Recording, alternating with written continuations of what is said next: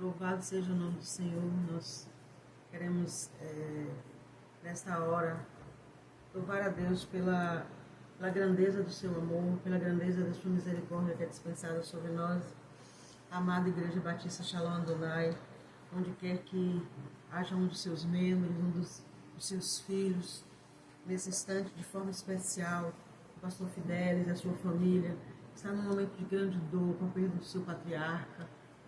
Nós queremos, mesmo nesta dor, no meio desta dor, louvar o nome de Jesus, porque a família do pastor Fidelis, apesar de estar sentindo a dor da saudade, ela também está louvando a Deus, porque sabe que o pastor Fidelis, pai, nesta hora caminha pelas campinas celestiais. Nesta hora o pastor Fidelis, pai, ele habita a morada do Altíssimo e louva o Senhor num lugar em que não há mais dor, que não há mais choro, num lugar em que não há mais vírus, num lugar em que habita aquele que é o Eterno, o Altíssimo, né? E com certeza para o Filho de Deus, este é um refrigério, saber que o seu ente querido nesta hora não está na eternidade distante do Senhor, e pelo contrário, está na presença do Deus grandioso, o Deus das nossas vidas, e na sua presença louva e exalta o seu nome, né? Nós nos irmanamos nesta hora com a família do pastor Fidelis, com suas irmãs, Milena, com Marluce de forma particular, que conviveu conosco tanto tempo aqui em Shalom, Milena, Rebeca, suas filhas, Rubens, o sogro, o esposo de Marluce. Nós queremos nos irmanar, irmã Eva, que perdeu seu companheiro nesse dia. Nós queremos nos irmanar com essa dor e com esta alegria, no salmo, um santo que o Senhor toma para si. Louvado seja o nome do Senhor. Nós estamos com a incumbência, queridos, de fazermos a quinta lição, a primeira parte da quinta lição. Essa lição nós estaremos dividindo ela em duas partes. A parte 1, o título dessa lição é Jesus e seus discípulos. O objetivo dessa lição é mostrar que Jesus, o nosso maior exemplo de liderança, como ele soube, como ele entendeu a importância de estar rodeado de pessoas que o auxiliassem no seu ministério, apesar de ele ser capaz de fazer tudo. Mas como ele esteve aqui para nos dar exemplo, ele tomou para si homens e trabalhou com esses homens, forjou um caráter nesses homens, para que eles dessem conta da missão que eles teriam após a sua morte. E ainda durante a caminhada de Jesus, nós podemos observar na Bíblia, os serviços pelos quais Jesus foi distribuindo-os e demonstrando com isso de que, apesar de serem homens imperfeitos, mas eram homens que, colocando seus corações aos pés do Senhor, seriam capazes de executar a nobre missão de levar a mensagem do Evangelho. Então, nessa lição de hoje e do próximo domingo, nós estaremos falando desse caráter dos apóstolos de Jesus, da visão que Jesus teve para os seus apóstolos e o que com essa visão Jesus quis nos ensinar, nós que seríamos a igreja contemporânea, nós que continuaríamos e continuamos nessa missão de revelar a Deus, de levar a missão do Evangelho, a mensagem do Evangelho às demais criaturas. Nós que temos a visão, nós que temos a responsabilidade de liderarmos a igreja, de sermos liderados por homens e mulheres separados por Deus, mas sermos coparticipantes desse ministério, ser coparticipantes dessa luta diária de construir o reino de Deus, o reino que os homens precisam descobrir, precisa ser revelado ao homem, para que o coração do homem seja dividido, o coração do homem seja transformado, e transformado ele se constitua em filho de Deus. Nós vamos orar ao Senhor nesta hora, pedindo a orientação de Deus para esse momento de estudo, para que Deus possa nos revelar a sua grande, continuar nos revelando a sua vontade, tudo aquilo que Ele espera que nós estejamos a fazer para que a sua obra, ela não pare, ela continue. Nós vamos orar ao Senhor. Louvado seja o teu nome, Senhor. Louvado seja o teu nome, porque, ó Deus, esta é a tua palavra, esta é a tua obra, Senhor, e nós somos os teus servos. E queremos, ó Deus, como servos teus, nós queremos aprender de ti, nós queremos estar melhor preparados, queremos estar, Senhor Deus, prontos para que no serviço possamos honrar o teu nome. Ó Deus, nos ajuda, ajuda os nossos corações, Senhor, a estarem submetidos, submissos à tua vontade, Senhor, para que o teu nome possa crescer, para que a tua obra possa crescer e nós possamos vislumbrar, Senhor, o quão bom, o quão suave é, o quão maravilhoso é estar na tua presença.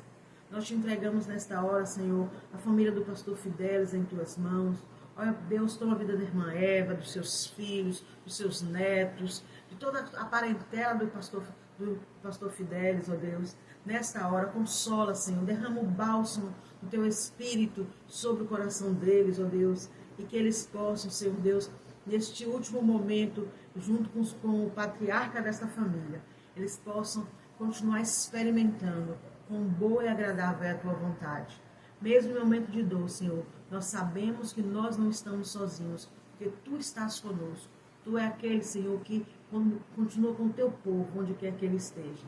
Então, ó Deus, nós abençoamos essa família, nós desejamos, ó Deus, ardentemente, Senhor, que o teu Espírito Santo do consolo seja derramado de forma abundante nos seus corações e que eles possam continuar trilhando os caminhos que até aqui foram ensinados, ó Deus.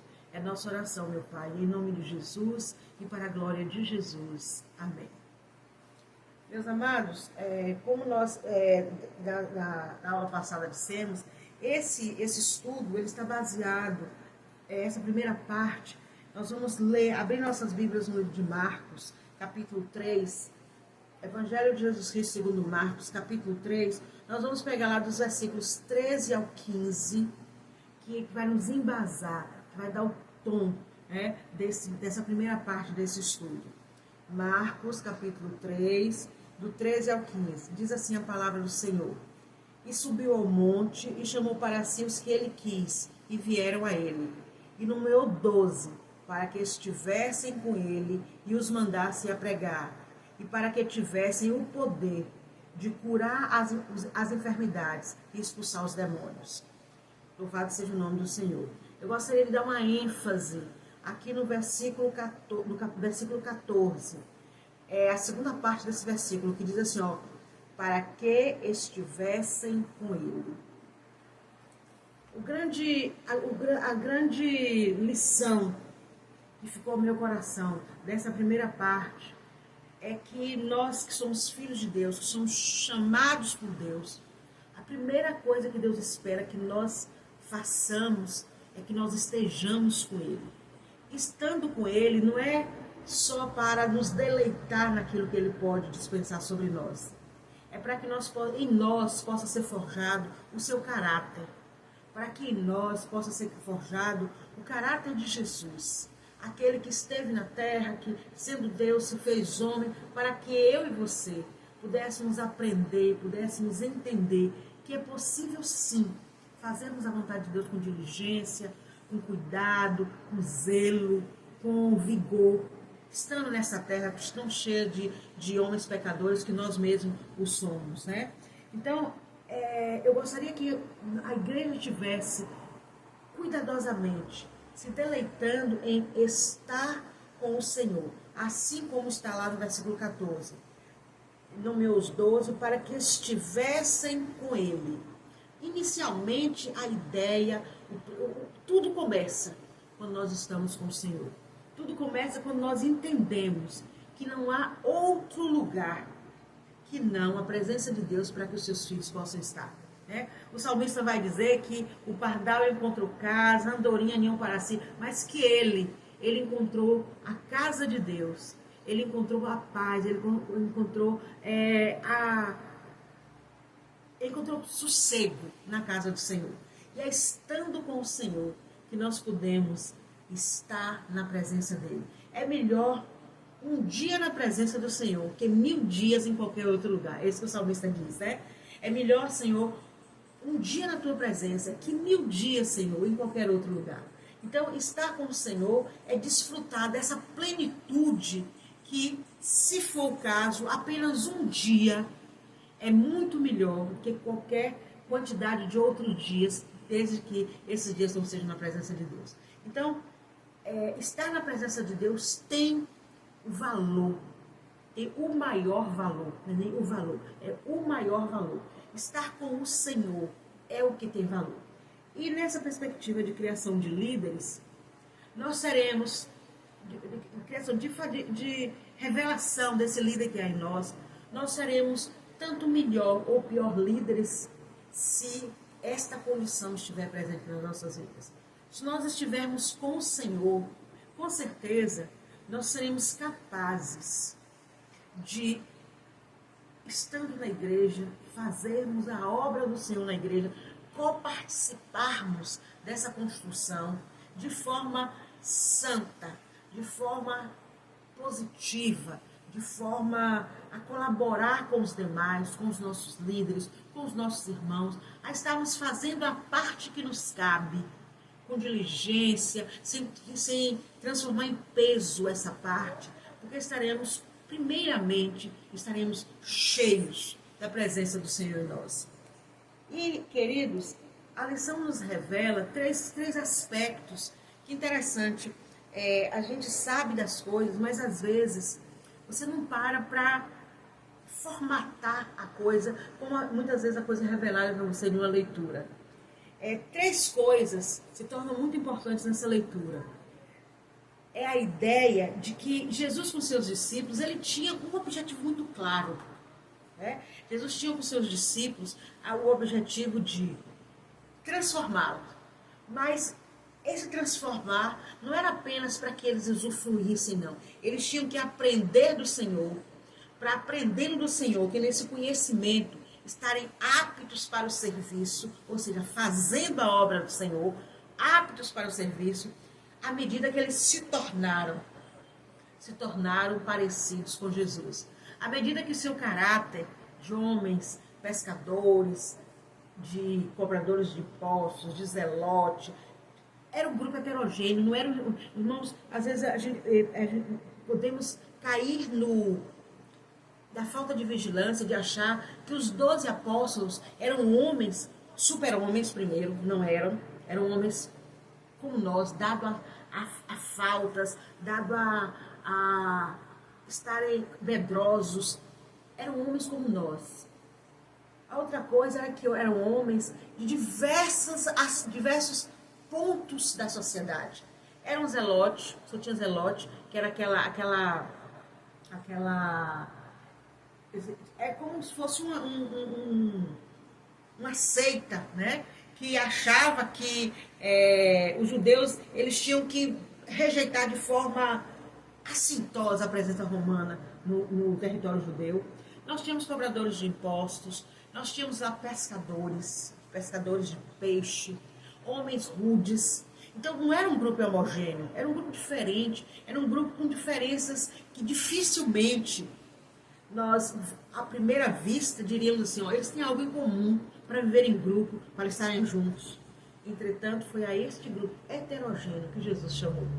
E a lição nos ensina ainda que Jesus chamou exatamente quem ele queria. Não foi aleatório Jesus chamar homens tão distintos, homens com veia, oriundos de aspectos sociais tão distintos. O objetivo do Senhor era demonstrar que na igreja cabe o diferente, cabe aquele que não nasceu da mesma veia, mas todos precisam ser transformados para ter o caráter do Senhor. De onde quer que nós venhamos, meus irmãos, de onde quer que seja a nossa origem, nós não podemos nos contentar em não chegarmos ao nível de traçar o nosso caráter de acordo com aquilo que temos aprendido de Jesus. O nosso objetivo é transformar o nosso caráter. E Jesus ele se põe à disposição para que Ele possa nos ensinar, Ele possa nos ajudar a fazer o serviço e Ele possa nos tornar com caráter parecido com o dele. O que é interessante é que quando a gente pensa na ideia do pecado, na ideia de que nós somos pecadores, que nós não merecemos nada, que nós não somos dignos de nada, graças a Deus vem ao nosso coração a visão de um Deus gracioso, misericordioso, que não reteve para si a sua graça, a sua misericórdia. E olhando para nós, homens tão impuros, enxergou em nós virtude. E enxergando em nós virtude, se pôs à disposição para nos ensinar, trazendo do seu conhecimento, para nos orientar na feitura do seu serviço e para nos ajudar a nos tornar parte dele, com o seu caráter definido por ele. Né? Então, eu ouso a pensar que o objetivo de Jesus com os discípulos era ensinar, que eles tivessem conhecimento, que eles fizessem o serviço, mas principalmente que eles desenvolvessem o seu caráter, o caráter de Jesus. Não deve ser fácil, não deve ter sido fácil, não deve ser fácil Deus Santo, que não comunga com o pecado, precisar lidar conosco. Mas Ele lida por amor. E é importante que nós entendamos que o vital para Jesus, o vital para Deus, é que nós nos transformemos. Que a cada dia nós possamos estar mais aproximados desse caráter que é o caráter de Deus. Que cada dia é importante que nós tenhamos informação de quem é Deus, porque isso as pessoas têm. É importante que tenhamos conhecimento de quem é Deus, isso as pessoas dizem que têm. Mas o mais importante de tudo é que o que nós fazemos com esse conhecimento é permitir que a transformação, que é vital para que nós revelemos Jesus Cristo ao mundo, ela se estabeleça nas nossas vidas. Aí sim, quando nós assumirmos um cargo, ou como formos apenas coadjuvantes para que um cargo na igreja, ou para que um serviço na igreja seja feito, nós estaremos fazendo tudo, como se estivéssemos fazendo ao próprio Jesus. Na nossa primeira lição, nós vimos isso, né? Que quando nós desejamos, quando em nós exala as características que Timóteo tinha, que os discípulos tiveram, que Pedro teve, que João Batista teve, é que nós pensemos que por mais simples aos olhos dos homens, que seja um serviço que estamos a realizar, precisamos fazê-lo com a consciência, com o desejo ardente de prestar esse serviço a Jesus. De prestar esse serviço como se fosse diretamente ao Senhor. Então, quando nós ajudamos ao próximo, quando nós cooperamos com a igreja, cooperamos com o serviço do reino, nós estamos fazendo para o Senhor. E assim como tem uma música que diz que não deseja ser reconhecido, não importa ser reconhecido por ninguém, mas sim ser reconhecido por ti. Jairo, até numa dessas nossas lições, ele fez a menção a essa música, que nós também entendamos que não importa o que o homem, apesar de massagear o nosso ego, quando um homem diz que nós fazemos bem algo, que nós somos uma bênção, o mais importante é agradarmos a Deus. Porque quando nós agradamos a Deus, nós estamos no centro da vontade do Senhor. E não há nada mais importante, irmãos, do que estarmos no centro da vontade de Deus. Cada um dos discípulos com suas limitações, com seus pecados, com seus medos, com suas próprias necessidades egoístas, muitas vezes, eles se constituiriam homens que cumpriram a missão, que levaram avante após a morte de Jesus. Foram homens que revelaram esse Jesus, que eles andaram, porque eles se dispuseram a serem transformados pelo Senhor Jesus. Que nós sejamos aqueles que são transformados. Prosseguindo na nossa lição, nós, lá em João capítulo 20, vamos lá abrir as nossas Bíblias, em João capítulo 20, Evangelho de Jesus Cristo segundo João, no capítulo 20, nós vamos ver que o versículo 21, ele diz assim, ó: e disse-lhes Jesus, outra vez, paz seja convosco. Assim como o Pai me enviou, também eu vos envio a vós. E havendo dito isso, assoprou sobre ele e disse-lhes, recebei o Espírito Santo. Jesus, quando ele, no processo dele, quando ele ressuscita, quando ele se revela aos discípulos na ressurreição, ele sinaliza, ele estabelece com os discípulos que dali por diante eles eram enviados, assim como Jesus tinha sido enviado pelo Pai, eles eram enviados para a obra, para anunciar as boas-vindas. E ali Jesus Cristo vai e sopra sobre eles. Ó, o versículo 22 de João vai dizer assim, ó: assoprou sobre eles e disse-lhes, recebei o Espírito Santo. Receber o Espírito Santo fez com que os discípulos recebessem poder, fossem revestidos da terceira pessoa da Trindade Santa para ir. Mas eles tinham condição de desfrutar desse revestimento, porque eles já tinham sido transformados pelo período em que eles andaram com Jesus, pelo período em que eles estiveram com Jesus, pelo período em que, como Marcos disse lá, ó, para que eles foram separados para estarem com Jesus.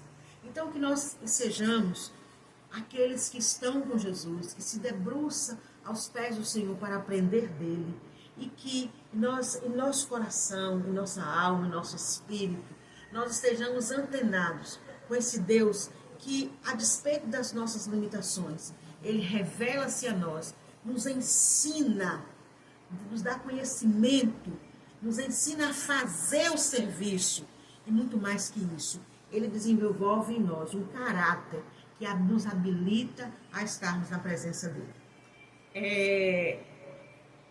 Quando Jesus andou com os discípulos, Jesus percebeu, compreendeu a necessidade de ele se dedicando à palavra, a ensinar, a curar, que os discípulos estivessem fazendo outras coisas. E aquilo não foi aleatório.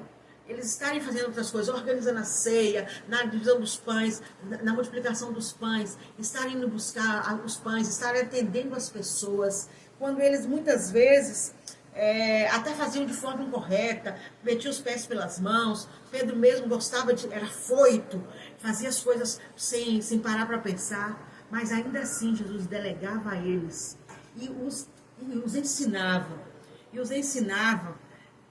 para que eles pudessem aprender do Senhor. Aprendendo do Senhor, eles mesmo errando, Deus ia lá, o Senhor ia lá e trazia para eles, né? Convocava-os para, analisando os seus erros, aprenderem mais do Senhor, né? Então, disso eu tiro uma lição. As funções são necessárias na igreja, na escola bíblica dominical, na beneficência, na visitação. Essas funções são importantes. O pastor precisa desse apoio, porque ele sozinho não pode fazer tudo. Porque Jesus podia, porque ele era Deus, mas o pastor ele é apenas um homem. Então, quando ele delega, mesmo que nós, como aqueles que são delegados por ele para fazer uma função, não saibamos, não tenhamos todas as ferramentas, nós podemos nos aparelhar. Porque Jesus Cristo, ele não nos deixa sozinho. Ele nos capacita para que nós possamos estar fazendo a sua obra. E se há em nosso coração, o desejo, se há em nosso coração o anseio de fazer a obra de Deus, essas funções que desempenhamos, que muitas vezes outras pessoas, ou mesmo nós mesmos, podemos considerar que são desnecessárias, que são pequenas, que não têm importância, elas estão nos capacitando a cada dia para serem melhores obreiros na obra do Senhor, no caminho do Senhor. Então eu fico muito alegre com o Senhor, porque Deus, Ele compreende nossas limitações, mas Ele não nos deixa nas nossas limitações. Ele não nos deixa onde nós estamos. Deus nos traz para lugares excelentes. Então, aquele que era imaturo, amadurece. Veja a lição 3, não me foi na memória, que nós falamos de Marcos. Olha, inicialmente Marcos não tinha condição de nem terminar a primeira viagem missionária com Paulo. Mas Paulo prestes já preso lá na cadeia romana. O que Paulo diz? Traz Marcos, porque ele me é útil ao ministério. Então, que nós sejamos esses que compreendem que muito mais que Paulo é Jesus Cristo. Aquele que era, que é e sempre será.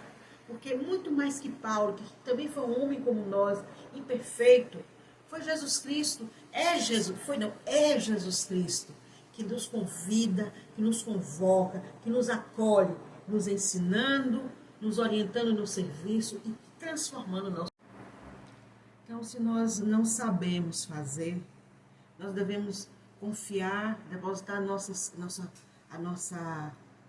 esperança, a nossa plena convicção em Jesus, de que Ele vai nos orientar, Ele vai nos ensinar, Ele vai fazer com que vençamos as dificuldades que nós mesmos temos, as dificuldades que encontraremos para fazer, para resolver as questões, para realizar a missão, e Ele fará com que todas as coisas, elas se organizem para que a obra que precisamos fazer, façamos.